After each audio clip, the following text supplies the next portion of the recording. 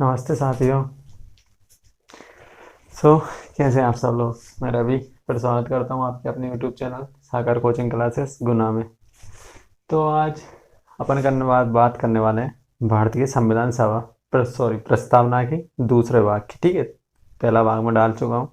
यदि आप लोगों ने वो नहीं देखा है तो पहले उसे जाके देख लीजिए, तभी जाकर ये अच्छे से समझ में आया। ठीक है, तो आइए आज अपन दूसरे प्रस्तावना को ख़त्म कर दें। ये इसका अंतिम भाग, इसी के साथ में ये ख़त्म हो जाएगी। ठीक है, प्रस्तावना प्रस्तावना भारतीय संविधान की प्रस्तावना की जो प्रारूप और आकांक्षाएं यानी कि उद्देश्य बताए गए हैं। ठीक है, यानी कि संविधान में प्रस्तावना के माध्यम से संविधान के आदर्श यानी कि प्रारूप और आकांक्षा यानी कि उद्देश्य बताए गए हैं। ठीक है, संविधान प्रस्तावना के माध्यम से ये क्या क्या है। तो प्रारूप है संप्रभुता, समाजवाद, पंथनिरपेक्ष, लोकतंत्र, गणराज्य या गणतंत्र। ठीक है, ये क्या है, प्रारूप है हमारी संविधान सभा के। ठीक है, इससे पहले जानते हैं कि भारतीय संविधान के जो स्रोत हैं, भारतीय संविधान के जो स्रोत है यानी कि जो संविधान को शक्ति मिलती है वो आखिरकार मिलती कहाँ से। तो भारतीय संविधान के जो स्रोत हैं वो क्या है, भारत की जनता है। क्या है, भारत की जनता। यानी कि भारतीय संविधान को जो ताकत मिलती है उसे किसके द्वारा मिलती है, तो हम भारत के लोगों के माध्यम से, यानी कि भारत की जनता के माध्यम से। यानी कि भारत की जनता का जो सबसे प्रमुख हथियार है वो कौन सा है, तो संविधान है। और संविधान का जो मुख्य हथियार है वो कौन सा है, तो भारत की जनता है। ठीक है, यानी कि भारत की जनता ही क्या है, भारत के संविधान की मुख्य ताकत है, यानी कि शक्ति है या उसका स्रोत है। ठीक है, अब बात करते हैं आदर्श या प्रारूप की। संप्रभुता, सबसे पहले देखते हैं संप्रभुता।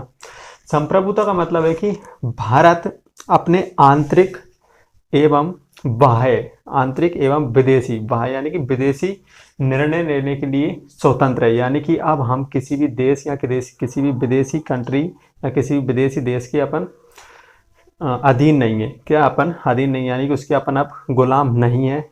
अब अपन क्या है, स्वतंत्र है। स्वतंत्रता मतलब कि हम अब अपने निर्णय खुद ले सकते हैं। बाहरी यानी कि हमारे आंतरिक मामलों में भी कोई अब हस्तक्षेप नहीं करेगा, और कोई बाहरी निर्णय यानी कि हमें कोई अगर किसी पाकिस्तान या किसी भी देश से या बांग्लादेश या श्रीलंका से कोई समझौता करना है तो उसके लिए हमें अमेरिका की ज़रूरत नहीं है। हमें अमेरिका से ज़रूरत या ब्रिटेन से पूछने की ज़रूरत नहीं है। उसका निर्णय अब हम खुद ले सकते हैं। ठीक है, यदि हमारे देश में कोई भी हमें काम करना है तो उसके लिए हमें किसी विदेशी देश से पूछने की ज़रूरत नहीं है, या उसका हुक्म हम पे अब नहीं चलेगा। उसके लिए हम क्या कर सकते हैं, हम खुद निर्णय ले सकते हैं। ठीक है, संप्रभुता राजनीतिक शक्तियों के आधार पर 3 प्रकार की हो सकती है। ठीक है, इसको अपन संप्रभुता को हम राजनीतिक शक्तियों के आधार पर 3 भागों में बांट सकते हैं। कौन कौन से, पहला है उपनिवेश, दूसरा है अधिराज्य और तीसरा है संप्रभुता संपन्न। कौन सा, संप्रभुता संपन्न या संपूर्ण प्रभुत्व संपन्न। क्या, संप्रभुता संपन्न या संपूर्ण प्रभुत्व संपन्न। उपनिवेश क्या है, जैसे कि 15 अगस्त 1947 से पहले क्या था, भारत एक उपनिवेश था। किसका, ब्रिटेन का। भारत एक क्या था, उपनिवेश था। ठीक है, इसके बाद आते हैं अधिराज्य। अधिराज्य का मतलब होता है कि निर्णय तो हम ले सकते हैं। क्या, निर्णय तो हम ले सकते हैं, लेकिन जो हमारा संवैधानिक प्रमुख होगा वो कोई विदेशी होगा। क्या होगा, कोई विदेशी होगा। उसे क्या कहते हैं अपन, अधिराज्य कहते हैं। 15 अगस्त 1947 से लेकर जब तक भारत का संविधान लागू नहीं हुआ था तब तक भारत क्या था, एक अधिराज्य था। ठीक है, इसके बाद आते हैं प्रभु संपन्न। प्रभु संपन्न में मतलब ये होता है कि हमारा खुद का जो संवैधानिक प्रमुख होगा वो हमारा खुद का देश का होगा, और जो हम निर्णय लेंगे वो भी हमारे खुद के होंगे। ठीक है, तो वही, कोई विदेशी हुक्म हम पे, कोई भी अब विदेशी राज्यों से हमें पूछ के कोई भी निर्णय लेने की जरूरत नहीं है। हम हमारे बाहरी और आंतरिक दोनों निर्णय लेने के लिए स्वतंत्र होते हैं। उसका मतलब क्या होता है, संप्रभुता। ठीक है, इसके बाद आते हैं अपन समाजवादी। समाजवादी शब्द के लिए हमें थोड़ा सा यूरोप महाद्वीप में चलना पड़ेगा। यूरोप महाद्वीप में एक नाम सुना होगा आपने, मार्क्सवादी, कार्ल मार्क्स। ठीक है, कार्ल मार्क्स वो थे समाजवादी। 2 प्रकार की होती है, समाजवादी और पूंजीवादी। ठीक है, 2 समाज। इनका इनका इनका उद्देश्य था कि समाजवाद यानी कि समाज में समानता, युद्ध या समाज में समानता किसके माध्यम से आ सकती है, खून खराबे के माध्यम से आ सकती है। यानी कि बड़े लोगों को मार दो, उनकी संपत्ति को छीन लो, तभी जाके समाज में क्या होगी, बराबर। यानी कि आर्थिक रूप से पैसे वाले के पैसे वालों के बराबर हो जाएंगे, यानी कि कम पैसे वाले और अधिक पैसे वाले, यानी गरीब और अमीरी का संबंध था ये, ठीक है, समाजवादी। तो भारत में जो समाजवाद अपनाया गया है वो कार्ल मार्क्स के सिद्धांत पे नहीं चलता, वो अधिकतर उस पे जो मिलता है, उसके विचारों का जो मिलता है वो किसका मिलता है, तो गांधी जी और नेहरू जी का। किसका? गांधी जी और नेहरू जी, अर्थात नेहरू जी का सबसे ज़्यादा मिलता है। इसीलिए जो भारत का समाजवाद है वो क्या करता है, समानता की बात करता है, समानता की बात करता है, लेकिन इस तरीके से नहीं कि आप खून खराबे पे उतर जाओ, ठीक है ना, कि कोई बड़ा व्यक्ति है तो उसका हम चले मारने, उसके पैसे छीनेंगे और समाज में सब जगह जगह बांट देंगे, सबको बराबर बांट देंगे, इससे सभी लोग क्या हो जाएंगे, अमीर हो जाएंगे या सब में समानता जाएगी। इसका सिद्धांत पे नहीं चलता, वो उदारता के सिद्धांत पे चलता है। किसके सिद्धांत चलता है? उदारता के सिद्धांत पे चलता है। और भारत का जो समाजवाद है वो कौन सा है, तो लोकतांत्रिक समाजवाद है। कैसा है भारत का जो समाजवाद है, वो भारत का कैसा समाजवाद है, तो लोकतांत्रिक समाजवाद है। और ये जो लोकतांत्रिक समाजवाद है ये खुद सर्वोच्च न्यायालय ने कहा है। क्या कहा है? ये भारत के सर्वोच्च न्यायालय ने कहा है। कब कहा था, किसके माध्यम से कहा था, तो एक केस लगा था उसमें, DS नकारा वर्सेस यूनियन ऑफ इंडिया, ठीक है, यूनियन ऑफ इंडिया, यानी कि भारतीय संघ, और कौन थे, DS नकारा थे। उस केस के माध्यम से संविधान सभा ने, भारत के सर्वोच्च न्यायालय ने कहा था कि भारत का जो समाजवाद है वो कैसा है, तो लोकतांत्रिक समाजवाद है। कौन सा है? लोकतांत्रिक समाजवाद है, ठीक है। DS नकारा एवं भारतीय संघवाद, ठीक है, यूनियन ऑफ इंडिया, ठीक है, संसद। अब आते हैं पंथ निरपेक्ष।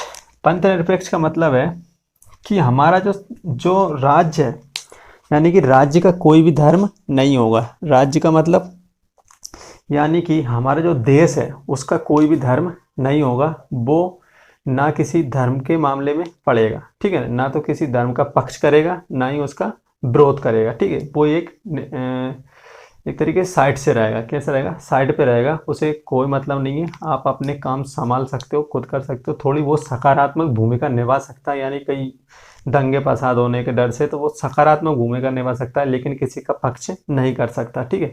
तो इसे क्या कहते हैं अपन, राज्य का कोई भी धर्म नहीं होगा, अर्थात पंथ निरपेक्ष। पंथ निरपेक्ष मतलब कोई राज्य का कोई भी धर्म नहीं है, ठीक है। इसके माध्यम से, पंथ निरपेक्षता के माध्यम से भी अपन 3 तरह से राज्यों को बांट सकते हैं। राज्य यानी कि देश, ठीक है, राज्य का मतलब देश होता है, ठीक है। निरेश्वरवादी, निरेश्वरवादी मतलब जिनको कोई मतलब नहीं है ईश्वर, वो लोग क्या होते हैं जो ईश्वर को मानते ही नहीं है। निरेश्वरवादी मतलब वो देश जो बिल्कुल भी भगवान की सत्ता को स्वीकारते ही नहीं है, और ना वो अपने शासनिक प्रशासनिक कार्यों में धर्म को महत्व देते हैं, ठीक है, ना ही धर्म को महत्व देते हैं निरेश्वरवादी। दूसरे होते हैं ईश्वरवादी, जिनमें धर्म को मानते भी हैं और जो उनकी शासनिक प्रशासनिक व्यवस्था होती है उसमें धर्म से संबंधित कुछ तत्व होते भी हैं, और उनका कोई राजकीय धर्म भी हो सकता है। क्या हो सकता है? राजकीय धर्म भी हो सकता है। उन्हें कहते हैं अपन ईश्वरवादी। और जो पंथ निरपेक्ष होते हैं वो ईश्वर की सत्ता को भी मानते हैं, धर्म को स्वीकारते भी हैं, लेकिन वो अपनी जो शासनिक प्रशासनिक व्यवस्था होती है उसमें धर्म को स्वीकार नहीं कर सकते, यानी कि उसमें धर्म की कोई बात नहीं चलेगी, ठीक है। उदार रहते हैं वो, आप अपना काम देख सकते हो आसानी से, ठीक है। तो मतलब राज्य का कोई भी धर्म नहीं होता। इसके बाद आते हैं गणराज्य। गणराज्य या गणतंत्र, लोकतंत्र आप एक ही बात से समझ सकते हैं। इब्राहिम लिंकन का ये सब वर्ड था, ठीक है ना। इब्राहिम लिंकन का ये कथन था कि जनता, लोकतंत्र का अर्थ है जनता के लिए, जनता के द्वारा शासन। यानी कि यहाँ पर जो प्रतिनिधि होता है, जनता का जो प्रतिनिधि होता है, जनता क्या करती है, अपना खुद का अपना जो प्रतिनिधि है, जो अपना देश का जो अपने प्रतिनिधि यानी कि सरकार का जो मुखिया होता है, उसे क्या करती है, अपने द्वारा चुनकर भेजती है, ठीक है ना।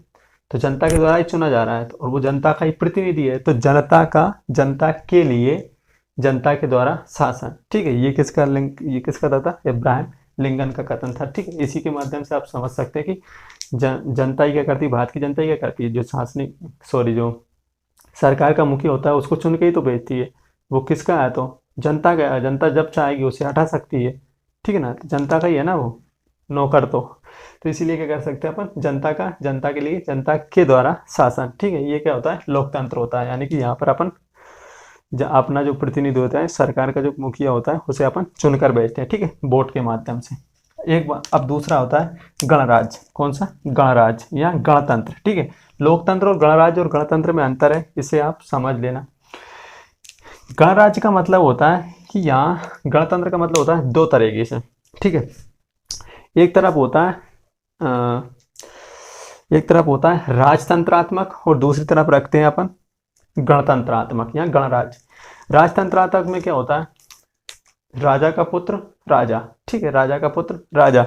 लेकिन गणराज्य या गणतंत्रात्मक में ये होता है कि जो संवैधानिक प्रमुख होता है, जैसे कि अपने भारत का राष्ट्रपति है, उस वो क्या होता है, वंशानुक्रम नहीं होता है। क्या वंशानुक्रम नहीं होता, यानी कि वो उसके जैसे वंशानुक्रम का मतलब जैसे कि उसका बेटा वो खुद अभी राष्ट्रपति है तो उसका बेटा राष्ट्रपति नहीं बनेगा, यानी कि उसका एक निश्चित कार्यकाल होता है। क्या, अपने भारत के जो संवैधानिक प्रमुख होता है उसका एक निश्चित कार्यकाल होता है और वो वंशानुक्रम नहीं होता, ठीक है ना। यानी कि उसका हर 5 साल बाद चुनाव होगा, चाहे वो अप्रत्यक्ष रूप से हो चाहे प्रत्यक्ष रूप से हो, ठीक है ना। लेकिन चुनाव तो होता ना, यानी कि गणराज्य का मतलब होता है कि यहाँ संवैधानिक प्रमुख वंशानुक्रम नहीं होता, जैसे कि राजतंत्रात्मक में होता है कि उसका राजा का पुत्र राजा, लेकिन गणराज्य में राजा का पुत्र राजा नहीं होता, ठीक है। जिसको जनता चाहेगी उसी को चुनेगी, ठीक है। ये होता है, उसका एक निश्चित कार्यकाल होता है जिसके माध्यम से वो अपने पद पर बना रहता है, ठीक है। तो ये होता है गणराज्य, यानी कि यहाँ का जो संवैधानिक प्रमुख होता है वो वंशानुक्रम नहीं होता है। इसके बाद आते हैं अपन उद्देश्य, ठीक है। ये संप्रभु थे, इनको आप याद रखना है। प्रारूप कौन कौन से हैं या आदर्श कौन कौन से हैं भारतीय संविधान की प्रस्तावना में, तो संप्रभुता, समाजवाद, पंथनिरपेक्ष, लोकतंत्रात्मक, गणराज्य एवं गणतंत्र, ठीक है। इनमें से आपसे पूछे जाएंगे कि भारत की प्रस्तावना में प्रारूप कौन से, निम्नलिखित में से कौन से प्रारूप हैं, तो कौन कौन से, संप्रभुता, समाजवाद, पंथनिरपेक्ष, लोकतंत्रात्मक एवं गणराज्य, ठीक है। इनका क्रम यही है, यही याद रखना है और आपको। इसके बाद आते हैं अपन आकांक्षाएं या उद्देश्य, कौन से, आकांक्षाएं या उद्देश्य, ठीक है। कौन कौन से आकांक्षाएं या उद्देश्य, न्याय, स्वतंत्रता, समता, बंधुता, व्यक्ति की गरिमा एवं राष्ट्र की एकता एवं अखंडता, ठीक है। अपन एक में से अलग अलग करके बात करते हैं। सबसे पहले आते हैं न्याय। कौन सा, न्याय। न्याय कौन सा है, हमारी प्रस्तावना में या हमारे संविधान में 3 तरह के न्याय की बात कही गई है। कौन से, सामाजिक, आर्थिक एवं राजनीतिक। कौन कौन से, सामाजिक, आर्थिक एवं राजनीतिक। सामाजिक अर्थात सामाजिक समाज में सामाजिक स्तर पर जो भी न्याय मिलेगा वो, यानी कि समाज के स्तर पर आपको न्याय मिल सकता है। जैसे कि कोई भी केस मान लीजिए, ठीक है ना, कोई भी केस हो गया, कोई भी मर्डर केस हो गया, कुछ भी मान लीजिए, तो उसमें क्या होगा, आपको समाज या छुआछूत की भी, छुआछूत कर रहे हैं आपसे, तो उसमें क्या होगा, वो सामाजिक न्याय के अंतर्गत आता है। किसके माध्यम से आता है, सामाजिक न्याय के अंतर्गत आता है, ये छुआछूत की, ठीक है, छुआछूत अर्थात। तो सामाजिक न्याय की बात करता है। आर्थिक न्याय मतलब पैसों के लेन देन से बात करता है, ठीक है, आर्थिक न्याय बात करता है। और राजनीतिक मतलब सभी लोगों को राजनीति में अवसर प्रदान करना, ठीक है। तो राजनीतिक, आर्थिक एवं सामाजिक न्याय की बात करता है। अगर आपसे पूछना जाए कि भारतीय संविधान कौन से न्याय की बात नहीं करता निम्नलिखित में, सामाजिक, आर्थिक या धार्मिक, तो भारत का संविधान धार्मिक न्याय की बात नहीं करता, क्योंकि भारत कौन सा है, तो पंथनिरपेक्ष है। कौन सा है, पंथनिरपेक्ष या धर्मनिरपेक्ष, अर्थात राज्य का कोई भी धर्म नहीं है। तो भारत के संविधान में धार्मिक न्याय से कोई भी धार्मिक न्याय की बात नहीं करता। कौन कौन से न्याय की बात करता है, तो सामाजिक, आर्थिक एवं राजनीतिक न्याय की बात करता है, ठीक है। इसके बाद आते हैं स्वतंत्रता।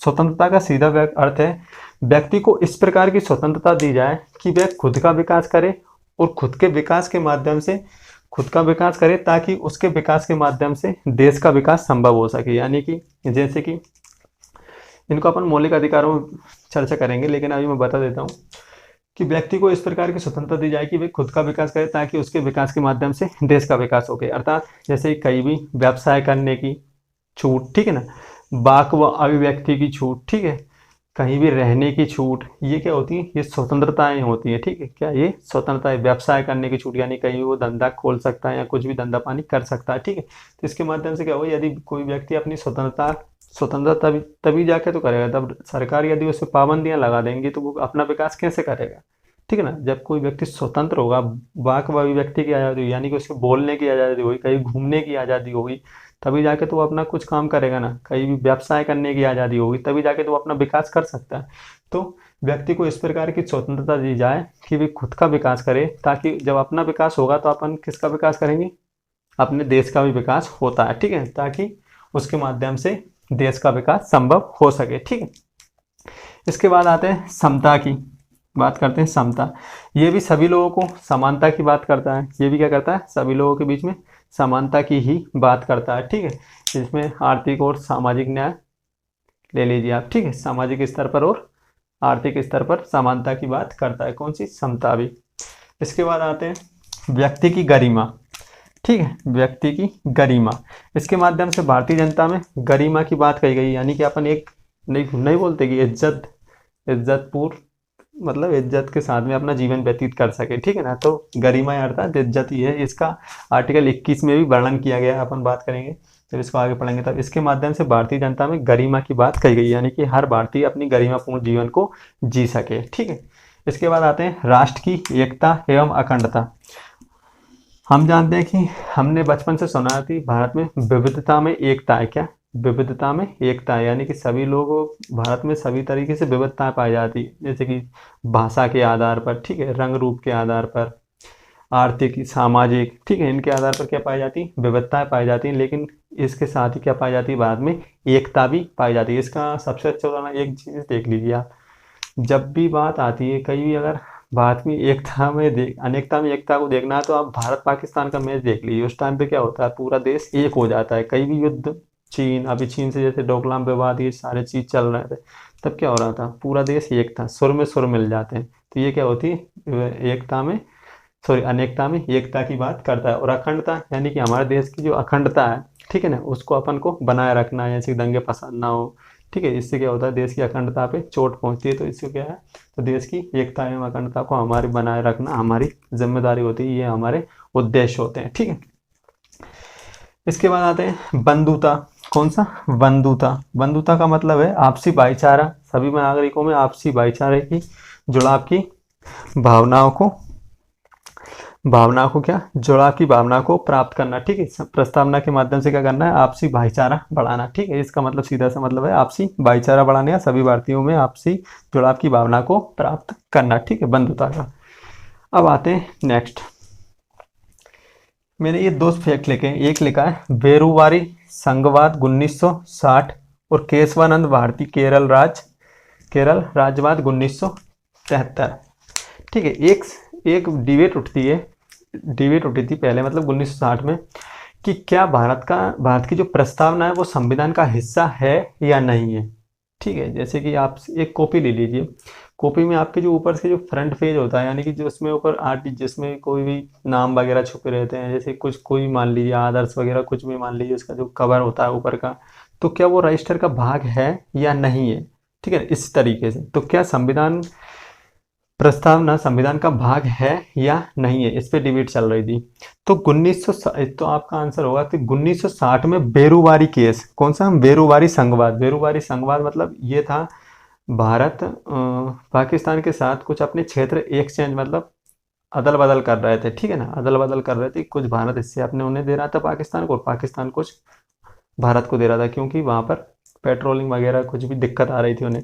तो बेरुवारी एक जगह का नाम है। तो बेरुवारी संघवाद 1960 के माध्यम से ये था कि क्या प्रस्तावना भारत का हिस्सा है या नहीं है। तो इस केस के माध्यम से 1960 के माध्यम से सुप्रीम कोर्ट ने कहा था कि 1960 बेरुवारी केस के माध्यम से कहा था कि 1960 में हुआ था, इसके माध्यम से कहा था कि सुप्रीम कोर्ट ने कि प्रस्तावना संविधान का हिस्सा नहीं है। क्या, बेरुवारी संघवाद के 1960 के माध्यम से कहा था सुप्रीम कोर्ट ने कि प्रस्तावना संविधान का हिस्सा नहीं है। तो प्रस्तावना संविधान का हिस्सा नहीं है तो उसमें कोई चेंजेस तो किए नहीं जा सकते, यानी कि जब कोई चीज़ संविधान का हिस्सा ही नहीं है तो उसमें अपन संशोधन तो कर ही नहीं सकते, ठीक है ना, सही है ना। ये तो कि किसी भी चीज़ में जब संविधान, कोई चीज़ अपना हिस्सा है ही नहीं किसी चीज़ का, और संशोधन में किस में किया जा सकता है, तो केवल संविधान में किया जा सकता है। और प्रस्तावना को क्या माना जा रहा था कि संविधान का हिस्सा है ही नहीं, ठीक है।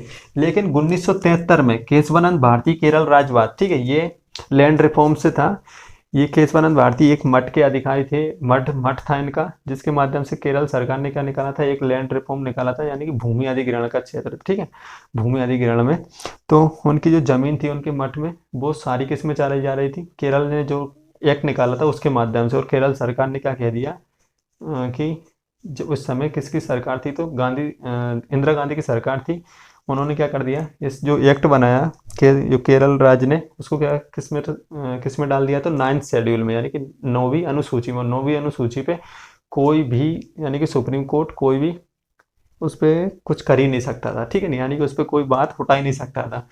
तो इन्होंने, केशवानंद भारती ने एक केस कर दिया जिसके माध्यम से एक मूल ढांचे की अवधारणा आती है। तो संविधान में बेसिक स्ट्रक्चर या मूल ढांचे की अवधारणा कब से आती है, तो मूल ढांचा, ठीक है, मूल ढांचा, ठीक है, मूल ढांचे की अवधारणा किस केस के माध्यम से आती है, तो केशवानंद भारती केरल राज्यवाद के माध्यम से आती है, जो कि 1973 में हुआ था। और इसी केस के माध्यम से सुप्रीम कोर्ट ने कहा था कि, सुप्रीम कोर्ट ने क्या कर दिया, 1960 का अपना ही फैसला पलटते हुए कहा कि जो प्रस्तावना है वो संविधान का भाग है, ठीक है। 1973 केशवानंद भारती केस के माध्यम से कहा था सुप्रीम कोर्ट ने कि जो प्रस्तावना है वो किसका भाग है, तो संविधान का भाग है। अपने ही फैसले को क्या कर दिया था, जो कि बेरुवारी संघवाद में दिया था 1960 में, क्या कहा था कि इसमें इस केस के माध्यम से कहा था कि प्रस्तावना संविधान का भाग नहीं है, लेकिन केशवानंद भारती केस के माध्यम से कहा था कि प्रस्तावना संविधान का भाग है, क्योंकि ये हमारे मूल ढांचे से संबंधित है, ठीक है।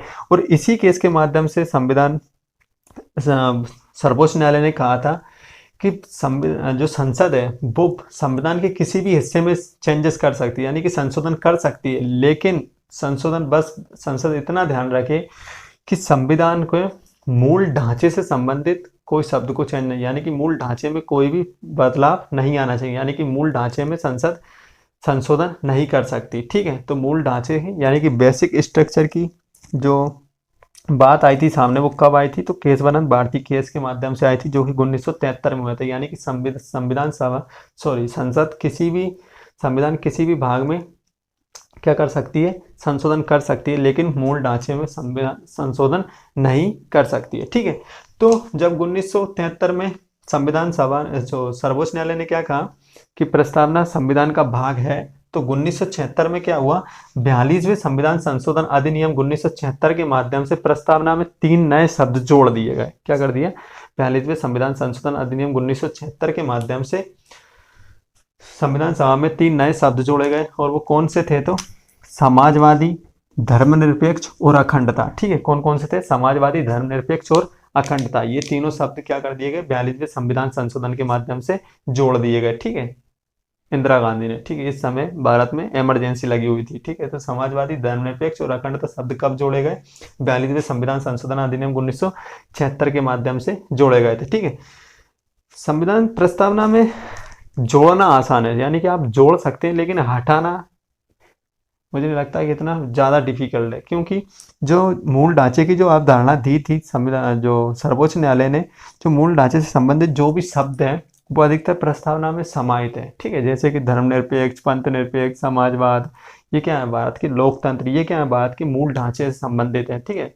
मूल ढांचे का मतलब है कि आप संविधान में संशोधन कर सकते हैं, संविधान का पुनर्लेखन नहीं कर सकते, ठीक है, संविधान का पुनर्लेखन नहीं कर सकते, ठीक है। संविधान में मतलब संसद को इतना हक नहीं है कि वो किसी में भी चेंजेस कर सके, ठीक है। तो यही है कि बेरुवारी संघवाद 1960 के माध्यम से क्या कहा था सुप्रीम कोर्ट ने कि प्रस्तावना संविधान का भाग नहीं है, लेकिन केशवानंद भारती केस के माध्यम 1973 के माध्यम से कहा है कि प्रस्तावना भारत के संविधान का भाग है, ठीक है। तो भारत के संविधान का भाग है तो अब इसमें संशोधन किए जा सकते हैं, और यदि भाग नहीं है तो संशोधन कैसे किए जा सकते हैं। तो संविधान का भाग है तो उसमें क्या कर दिए गए, भारतीय संसद ने क्या किया, उसमें संशोधन किए, और 42वें संविधान संशोधन अधिनियम 1976 के माध्यम से प्रस्तावना में 3 नए शब्द जोड़े गए। कौन कौन से, समाजवादी, धर्मनिरपेक्ष और अखंडता, ठीक है। तो ये शब्द जोड़े गए थे।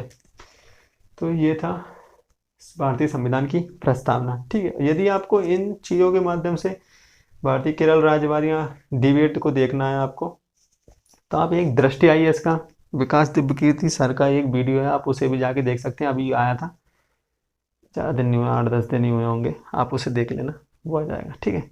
बेसिक स्ट्रक्चर का भी है उनका, वो भी देख लीजिए अगर आपको नहीं समझ में आया तो। बेसिक स्ट्रक्चर बस आप मूल ढांचे की अवधारणा कब आई थी, तो केशवानंद भारती केस के माध्यम से आई थी, अपन को इतना ही पढ़ना है। और प्रस्तावना को कब माना गया था संविधान का हिस्सा, तो 1973 में माना गया था केशवानंद भारती केस के माध्यम से। और बेरुबारी संघवाद केस के माध्यम से कहा था 1960 के माध्यम से कि संविधान प्रस्तावना भारतीय संविधान का हिस्सा नहीं है। ठीक है, तो ये था। और 42वें संविधान संशोधन अधिनियम 1976 के माध्यम से समाजवादी, धर्मनिरपेक्ष और अखंडता के तीनों शब्द जोड़े गए थे। ये तीनों शब्द आपको मिल भी जाएंगे। तो अपनी प्रस्तावना खत्म। कैसा लगा ये वीडियो कमेंट करके ज़रूर बताएं, और अपने दोस्तों को ज़्यादा से ज़्यादा शेयर करें, वीडियो को सब्सक्राइब करें, लाइक करें, और अगर समझ में नहीं आया कुछ भी तो कमेंट करके ज़रूर पूछें। धन्यवाद। जय हिंद, जय भारत।